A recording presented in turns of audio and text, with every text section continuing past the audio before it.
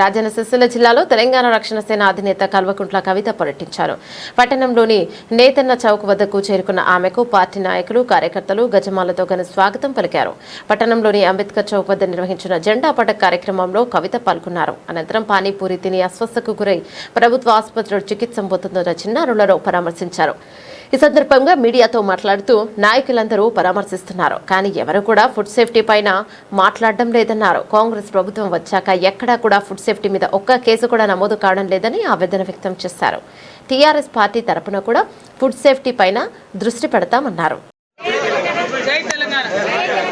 సిరిసిల్ల పట్టణంలో గత 2 రోజుల క్రితం జరిగినటువంటి సంఘటన, పానీపూరి తిని చాలామంది చిన్నారులు ఒకటేసారి అస్వస్థతకు గురైనారు. మరి వారందరూ కూడా సిరిసిల్ల ప్రభుత్వ హాస్పిటల్లో ఉన్నారు. మరి స్థానిక ఎమ్మెల్యే గారి వాళ్ళు వచ్చేళ్ళారు, ప్రభుత్వ ప్రతినిధి కూడా ఈరోజే వచ్చేళ్ళినారు. కానీ ఎవరు కూడా ఆ కుటుంబాలకు కానీ లేకపోతే ఫ్యూచర్లో సిరిసిల్లలో దొరికేటటువంటి ఫుడ్ సేఫ్టీ మీద కానీ ఏం మాట్లాడట్లేదు.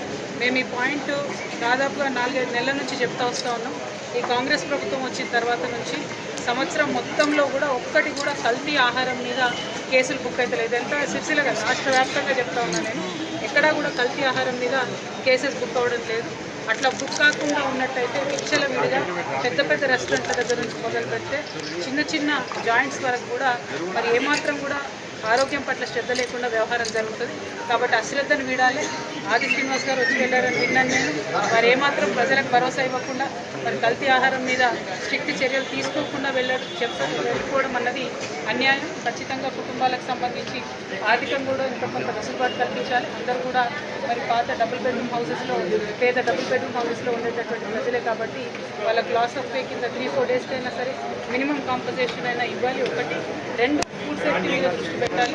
పెద్ద రెస్టారెంట్స్ అయినా చిన్న బండిలైనా మినిమం సేఫ్టీ స్టాండర్డ్స్ మెయింటైన్ చేయాలి, హైజీన్ స్టాండర్డ్స్ మెయింటైన్ చేయాలి.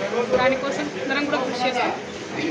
టీఆర్ఎస్ తరఫున, తెలంగాణ రక్షణ సేన తరఫున ఖచ్చితంగా ఫుడ్ సేఫ్టీ ఇష్యూస్ మీద ఫ్యూచర్లో కూడా మేమందరం దృష్టి పెడతాం. Thank you. జై తెలంగాణ.